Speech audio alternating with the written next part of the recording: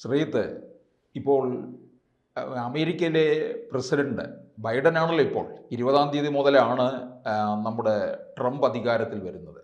Biden ഇപ്പോൾ ചില വിചാരം ഉണ്ടായിരിക്കുകയാണ്. മറ്റൊന്നുമല്ല, താൻ ട്രംപിനെ തോൽപ്പിക്കുമായിരുന്നു, പക്ഷെ പാർട്ടിക്ക് തന്നിൽ വിശ്വാസമില്ലാതായിപ്പോയി. അങ്ങനെയാണോ സംഭവിക്കേണ്ടിയിരുന്നത്? എന്തായാലും ചില ഉണ്ടയില്ലാത്ത വെടികളായാണ് കാണുന്നത്. കാരണം ഈ ട്രംപിനെ തനിക്ക് തോൽപ്പിക്കാൻ കഴിയുമായിരുന്നു എന്നാണ് പറയുന്നത്. കാരണം അറിയാം, നമുക്ക് നവംബറിൽ നടന്ന തെരഞ്ഞെടുപ്പിന്റെ പശ്ചാത്തലത്തിൽ അന്ന് ദയനീയമായി തന്നെ ഈ പാർട്ടി പരാജയപ്പെട്ടിരുന്നു. ഡെമോക്രാറ്റിക് പാർട്ടി പരാജയപ്പെട്ടിരുന്നു. ആ പാർട്ടിയുടെ അന്നത്തെ സ്ഥാനാർത്ഥിയായിരുന്നു കമല ഹാരിസ്. അവരെയാണ് ദയനീയമായ രീതിയിൽ ട്രംപ് പരാജയപ്പെടുത്തിയത്. ഇപ്പോൾ എന്തായാലും ഈ ബൈഡൻ പറയുകയാണ്, ഞാനായിരുന്നുവെങ്കിൽ അദ്ദേഹത്തെ ട്രംപിനെ പരാജയപ്പെടുത്തിയേനെ, അതിലന്ന് മത്സരിക്കാത്തതിൽ എനിക്ക് സങ്കടമുണ്ട്. ആ രീതിയിലുള്ള പ്രസ്താവനയുമായാണ് രംഗത്ത് വന്നിരിക്കുന്നത്. നമുക്കതിൻ്റെ തുടർച്ചയായി തന്നെ അറിയാമല്ലോ, ട്രംപ് ആയിരുന്നു അന്ന് 4 വർഷം മുൻപ് അധികാരത്തിലുണ്ടായിരുന്നത്.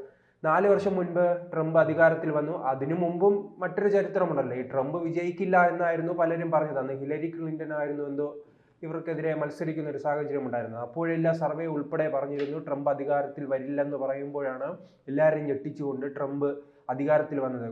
കാരണം ഈ ലോകത്തുള്ള എല്ലാ ഇടതുപക്ഷക്കാർക്കും പുരോഗമനവാദികൾക്കെല്ലാം ട്രംപിനെ അങ്ങനെ ഇഷ്ടപ്പെടുന്ന ഒരു സാഹചര്യമല്ല. അദ്ദേഹം എല്ലാം അഗ്രസീവാണല്ലോ. അഗ്രസീവായി പലതും തുറന്നു പറയും. കുടിയേറ്റക്കാർക്കെതിരാണ്. അദ്ദേഹത്തിന് അമേരിക്ക എന്ന വികാരമുണ്ട്. അതുകൊണ്ട് തന്നെയാണ് മെക്സിക്കോ വഴിയും കാനഡ വഴിയെല്ലാം വലിയ രീതിയിലുള്ള ഒരു കുടിയേറ്റവും അഭയാർത്ഥി പ്രവാഹവുമെല്ലാം ഈ അമേരിക്കയിലേക്ക് ഉണ്ടാകുമ്പോൾ അതിനെയെല്ലാം എതിർക്കുന്ന ഒരു നിലപാടാണ്. അതോടൊപ്പം തന്നെ ഇന്ന് ലോകത്തെ തന്നെ വേട്ടയാടുന്നത് ഒന്നാണല്ലോ ഇസ്ലാമിക ഭീകരവാദം. ഇസ്ലാമിക ഭീകരവാദത്തിനെതിരെ കൃത്യമായ നിലപാടെടുക്കുകയും അതിനെതിരെ വലിയ നടപടികളിലേക്ക് മുന്നോട്ട് പോകുമെന്നായിരുന്നു ട്രംപ് തുടക്കം മുതൽ തന്നെ പറഞ്ഞിരുന്നത്. അത് അദ്ദേഹം അധികാരത്തിൽ വന്നപ്പോഴും കണ്ടിരുന്നു. അപ്പോൾ അന്ന് അധികാരത്തിൽ വരുന്ന സമയം ഇദ്ദേഹം പരാജയപ്പെടുമെല്ലാം പറഞ്ഞ് പല സർവേകളും വന്നിട്ടും ഇദ്ദേഹം തന്റെ കഴിവുകൊണ്ട് വിജയിച്ചു കയറുന്ന ഒരു അവസ്ഥ ഉണ്ടായിരുന്നു. പിന്നീട് ആ ഭരണം മികച്ച രീതിയിൽ തന്നെയാണ് മുന്നോട്ട് പോകുന്നത്. ഇദ്ദേഹം വന്നപ്പോൾ നാമെല്ലാം പ്രതീക്ഷിച്ചത് ചിലപ്പോൾ യുദ്ധങ്ങളായിരിക്കും, പല രാജ്യങ്ങളും ശത്രു രാജ്യങ്ങളായി മാറും, ചൈനയുമായി യുദ്ധമായ അങ്ങനെയൊന്നുമല്ല ആ കാലത്ത് സംഭവിച്ചത്. കാരണം ഇസ്രയേൽ ഉൾപ്പെടെയുള്ള രാജ്യങ്ങൾ ഈ അറബ് രാജ്യങ്ങളുമായി സൗഹൃദത്തിൽ എത്തുന്ന ഒരു അവസ്ഥ ഉണ്ടായിട്ടുണ്ട്. അതോടൊപ്പം തന്നെ ചൈനയുമായെല്ലാം ഇദ്ദേഹം ഈ ഫേസ്ബുക്കിലൂടെയും അതോടൊപ്പം തന്നെ ഈ ട്വിറ്ററിലൂടെയെല്ലാം വലിയ അനാവശ്യം വിവാദ പരാമർശങ്ങൾ നടത്തുന്ന പതിവാണ്. പക്ഷെ ഇതൊന്നും വലിയ സംഘർഷത്തിലേക്കൊന്നും പോയിട്ടില്ല. ആ രീതിയിൽ നിൽക്കുമ്പോഴായിരുന്നു അപ്രതീക്ഷിതമായി വീണ്ടും അദ്ദേഹം തന്നെയായിരുന്നു ഉറപ്പായിട്ട് അധികാരത്തിൽ വരാനുള്ള 100% സാധ്യതയുണ്ടായിരുന്നു.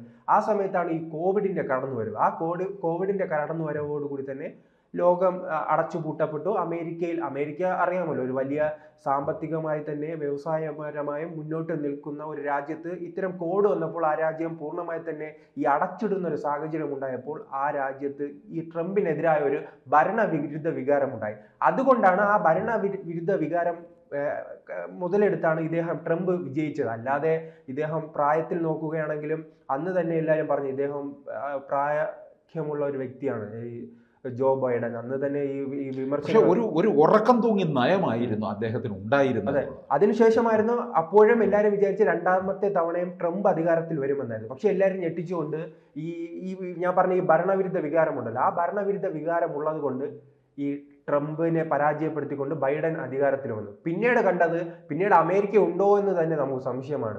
അല്ലെങ്കിൽ ഈ ട്രംപ് വരുമ്പോൾ തന്നെ ഒരു ഇളക്കമാണല്ലോ അമേരിക്കയിൽ നിന്നും. ഈ നമ്മുടെ ഇന്ത്യയിലെല്ലാം വന്നിട്ടുണ്ടല്ലോ, ഗുജറാത്തിൽ ഉൾപ്പെടെ മോദിയോട് ഒപ്പം നിന്ന് അഹമ്മദാബാദിലെ മോഡി സ്റ്റേഡിയം എല്ലാം വലിയ പരിപാടികൾ, ആയിരക്കണക്കിന് പേർ പങ്കെടുക്കുന്ന വലിയ പരിപാടികൾ, ഇന്ത്യയിൽ തന്നെ അദ്ദേഹം വലിയ ഒരു പ്രകമ്പനം കൊള്ളിക്കുന്ന ഒരു നേതാവായിരുന്നു ട്രംപ്. എന്നാൽ ജോ ബൈഡൻ അങ്ങനെയല്ല. അദ്ദേഹം വരുന്നോ, ഇന്ത്യയിൽ സന്ദർശിച്ചിട്ടുണ്ടോ എന്ന് തന്നെ നമുക്ക് സംശയം. വന്നിട്ടുണ്ട്, പക്ഷെ അത് ആരും അറിയുന്ന ഒരു രീതിയിലേക്കൊന്നും മാറിയിട്ടില്ല. അത്തരം ഒരു സൈലന്റ് നേതാവായിരുന്നു. പിന്നീട് അദ്ദേഹം പറഞ്ഞു, ഞാൻ വീണ്ടും തെരഞ്ഞെടുപ്പിന് മത്സരിക്കുകയാണെന്ന് വാദവുമായി രംഗത്ത് വരുന്നു. പക്ഷേ ആ തെരഞ്ഞെടുപ്പിലെ അദ്ദേഹം പല സ്ഥലങ്ങളിലും വിജയിച്ച് അവിടെ ഒരു പ്രത്യേക രീതിയിലുള്ള ഇലക്ഷനുള്ള ആദ്യഘട്ടം പല സംസ്ഥാനങ്ങളിൽ നിന്നും വിജയിച്ച് അങ്ങനെയാണല്ലോ അവിടെ അവസാന സ്ഥാനാർത്ഥി പാർട്ടിയിൽ നിന്ന് തന്നെ പലരെയും പരാജയപ്പെടുത്തി വേണം. 2 പാർട്ടികൾ ഉള്ളത് കൊണ്ട് ഈ പാർട്ടിയിലുള്ളവരെ പരാജയപ്പെടുത്തി വേണമല്ലോ ഇവർ മുന്നിലെത്താൻ. അങ്ങനെ അദ്ദേഹം ബൈഡനും ട്രംപും തമ്മിലുള്ള മത്സരം വന്നപ്പോഴായിരുന്നു പല സംവാദങ്ങളുണ്ടല്ലോ, അവിടെ ഡിബേറ്റാണ്. കാരണം ആ ഡിബേറ്റിന്റെ അനുസരിച്ചാണ് ജനങ്ങൾ വോട്ട് ചെയ്യുന്നത്. അല്ലാതെ ഈ അച്ഛൻ കമ്മ്യൂണിസ്റ്റ് ആണ്, അച്ഛൻ്റെ അച്ഛൻ കോൺഗ്രസ് ആണ്, ആ രീതിയൊന്നും ഇല്ലല്ലോ. കാരണം അവിടുത്തെ സ്ഥാനാർത്ഥികൾ പൊതുജനത്തിന് മുന്നിൽ രണ്ടുപേരും ഡിബേറ്റ് ചെയ്യും. അതിൽ ഏറ്റവും നല്ല മികച്ച സ്ഥാനാർത്ഥി ആരാണോ അവർക്ക് ജനം വോട്ട് ചെയ്യും. കാരണം ജനം നോക്കുന്നത് അവരുടെ ഭാവിയാണ്. അപ്പോൾ ഇവര് ഈ രണ്ട് സ്ഥാനാർത്ഥികളിൽ ആരാണോ മികച്ച ആശയം മുന്നോട്ട് വയ്ക്കുന്നത് അവരെ ജയിപ്പിക്കുവാനാണ് അമേരിക്കയുടെ കൾച്ചറും സംസ്കാരവും. അവരതാണ് തുടർന്നു വന്നത്. അങ്ങനെ ഉണ്ടായ ഡിബേറ്റിൽ ഈ ബൈഡൻ ദയനീയമായി തന്നെ പരാജയപ്പെടുകയാണ്. ട്രംപ് വലിയ, നമ്മുടെ ഭാഷയിൽ പറഞ്ഞ അടിച്ചു കയറുന്ന ഒരു രീതി ഉണ്ടായിരുന്നില്ല. അങ്ങനെ ട്രംപ് അടിച്ചു കയറിയപ്പോൾ ഈ ബൈഡൻ ദയനീയമായി തന്നെ ആ ചർച്ചയിൽ പരാജയപ്പെടുന്ന സാഹചര്യമുണ്ട്. അങ്ങനെ പാർട്ടിക്കുള്ളിൽ തന്നെ വിമർശനം ഉയർന്നു. അതോടൊപ്പം തന്നെ പല കാര്യങ്ങളിൽ ഇദ്ദേഹത്തിന് ഓർമ്മക്കുറവുണ്ട്. കാരണം ആ ചർച്ചയിൽ തന്നെ ഈ ട്രംപ് പല ചോദ്യങ്ങളും ഉന്നയിക്കുമ്പോൾ ഇദ്ദേഹം തെറ്റുത്തരങ്ങളാണ് പറയുന്നത്. ഈ സംവാദത്തിനിടയിൽ ചോദ്യം ചോദിക്കുമ്പോൾ ആ തെറ്റുത്തരങ്ങളിൽ പറയുന്നതിലൂടെ തന്നെ ജനങ്ങൾക്ക് മനസ്സിലായി ഇദ്ദേഹത്തിന് ഓർമ്മക്കുറവുണ്ട്. അത് പാർട്ടിയും തിരിച്ചു പറഞ്ഞു. അതുകൊണ്ട് ഇദ്ദേഹത്തിൻ്റെ അടുത്ത് മാറി നിൽക്കാൻ പറയുകയും ഇന്ത്യൻ വംശജയായ കമലാ ഹാരിസ് ആ സ്ഥലത്തേക്ക് കടന്നു വരികയാണ് ചെയ്തത്. കമലാ ഹാരിസ് വന്നപ്പോൾ തന്നെ എല്ലാവരും പറഞ്ഞിരുന്നതാണ്, പല അമേരിക്കൻ, ഇന്ത്യയിൽ തന്നെ അങ്ങനെ ഉണ്ടല്ലോ, ഇപ്പോൾ നരേന്ദ്രമോദി 2014 ഉറപ്പായി തന്നെ വലിയ രീതിയിൽ അധികാരത്തിൽ വരുമെന്ന് എല്ലാവർക്കും ധാരണ ഉണ്ടായിരുന്നതാണ്. കാരണം 2004 മുതൽ 2014 വരെയുള്ള മൻമോഹൻ സിംഗിന്റെ ഭരണകാലത്ത് അഴിമതിയും അതോടൊപ്പം തന്നെ പല പീഡനങ്ങളും ബോംബ് സ്ഫോടനങ്ങളും ഉൾപ്പെടെയുള്ള ഭീകരാക്രമണങ്ങൾ, അങ്ങനെ നിരന്തര പ്രശ്നങ്ങൾ, പിന്നെ ഒരു സൈഡിൽ വിലക്കയറ്റം, അങ്ങനെ നൂറുകണക്കിന് പ്രശ്നങ്ങൾ കൊണ്ട് കോൺഗ്രസ് സർക്കാരിനെ 2014 തെരഞ്ഞെടുപ്പിൽ ജനങ്ങൾ എഴുതിത്തള്ളുമെന്ന് എല്ലാവർക്കും ഉറപ്പുണ്ടായിരുന്നു. പക്ഷേ ചില മാധ്യമങ്ങൾ ഉൾപ്പെടെ അങ്ങനെയൊന്നുമില്ല, വീണ്ടും അധികാരത്തിൽ വരുമെന്ന ഒരു ധാരണ ഉണ്ടാക്കിയിരുന്നു. ആ ധാരണ ഇത്തവണ അമേരിക്കയിലും അവർക്ക് ഉണ്ടാക്കാൻ കഴിഞ്ഞിരുന്നു. അതുകൊണ്ടാണ് നമ്മുടെ ഇന്ത്യയിൽ ഉൾപ്പെടെ അങ്ങനെ ഉണ്ടായിരുന്നത്. അവിടെ ടൈറ്റ് മത്സരം നടക്കുന്നു. ചിലപ്പോൾ കമലാ ഹാരിസ് തന്നെ പ്രസിഡന്റായി വരുമെന്ന രീതിയിലുള്ള ചില, ഇന്ത്യയിൽ ഉൾപ്പെടെ അങ്ങനെ ഒരു പ്രചരണം ഉണ്ടായിരുന്നു. പക്ഷെ അവിടുത്തെ ജനങ്ങൾക്ക് കൃത്യമായ ധാരണ ഉണ്ടായിരുന്നു. അവർ എന്തായാലും ട്രംപിനെ വിജയിപ്പിച്ചിരിക്കുന്നു. അങ്ങനെ എന്തായാലും ഈ വിജയം കഴിഞ്ഞിട്ടാണ് ഇപ്പോൾ വലിയ അവകാശവാദം, ഞാൻ തുടക്കം പറഞ്ഞതുപോലെ ഉണ്ടയില്ല വെടി പോലെ, ഞാനായിരുന്നുവെങ്കിൽ കമലാ ഹാരിസിന് പകരം ഞാനായിരുന്നുവെങ്കിൽ അവിടെ വലിയ വിജയം നേടുമായിരുന്നു, ട്രംപിനെ പരാജയപ്പെടുത്തുമായിരുന്നു, അതിൻ്റെ ആത്മവിശ്വാസം എനിക്കുണ്ട്. പിന്നെ ഞാൻ എന്തുകൊണ്ട് മത്സരിച്ചില്ല എന്ന് ചോദിക്കുമ്പോൾ എൻ്റെ അടുത്ത് പാർട്ടി ആവശ്യപ്പെടുകയാണ് ഇത്തരം സംവാദങ്ങളിൽ ഈ മത്സരത്തിൽ നിന്നും പിന്മാറണം. അത് അങ്ങനെ മാറണമെന്ന് ആവശ്യപ്പെട്ടപ്പോഴാണ് ഞാൻ കരുതി എൻ്റെ പാർട്ടിയുടെ ഐക്യത്തെ തകർക്കുവാൻ എനിക്ക് താല്പര്യമില്ല, അങ്ങനെ പാർട്ടിയുടെ ഐക്യത്തെ മെച്ചപ്പെടുത്തുവാൻ വേണ്ടിയാണ്, ശക്തിപ്പെടുത്തുവാൻ വേണ്ടിയാണ് ഞാൻ ആ മത്സരത്തിൽ നിന്നും പിന്മാറിയതെന്നാണ് പറയുന്നത്. എന്തായാലും ട്രംപ് വിജയിച്ചതിന് പിന്നാലെ ഇനി അദ്ദേഹം ഇപ്പോൾ വിജയിച്ചു കഴിഞ്ഞല്ലോ, ഇനി എന്തായാലും അധികാരത്തിൽ വരുന്നത്, ചുമതല ഏൽക്കുന്നത് ജനുവരി 20 കൂടിയാണ്. പക്ഷെ അതിനു മുൻപ് തന്നെ ലോകത്തുടനീളം മാറ്റങ്ങൾ സംഭവിച്ചുകൊണ്ടിരിക്കുകയാണ്, നാം കണ്ടതാണ്. അതിനകത്ത് ഏറ്റവും പ്രധാനമായിട്ട് സംഭവിക്കാൻ പോകുന്ന കുടിയേറ്റ കാര്യത്തിനകത്ത് ഒരു തീരുമാനം ഉണ്ടാകും എന്നുള്ളതാണ്. അത് അമേരിക്ക വല്ലാതെ അത്തരത്തിൽ ഒരു പ്രശ്നം നേരിട്ട് കൊണ്ടിരിക്കുന്നത് കൊണ്ടാണ് ട്രംപ് അത്തരത്തിലുള്ള തീരുമാനത്തിലേക്ക് പോകാൻ സാധ്യത എന്നും പറയുന്നുണ്ട്.